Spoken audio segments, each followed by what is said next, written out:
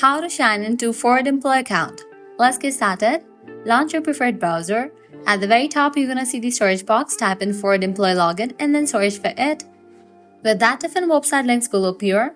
Navigate to this one website option, Ford Employee Merchandise. Just open it.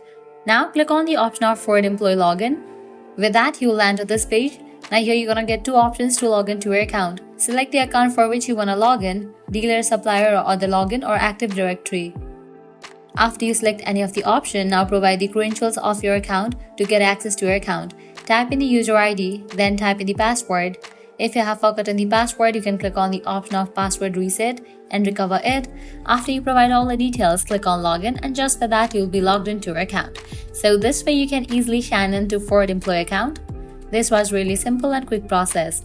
At the end, if you guys find this video helpful, don't forget to like, share and subscribe to our channel. Thanks for watching.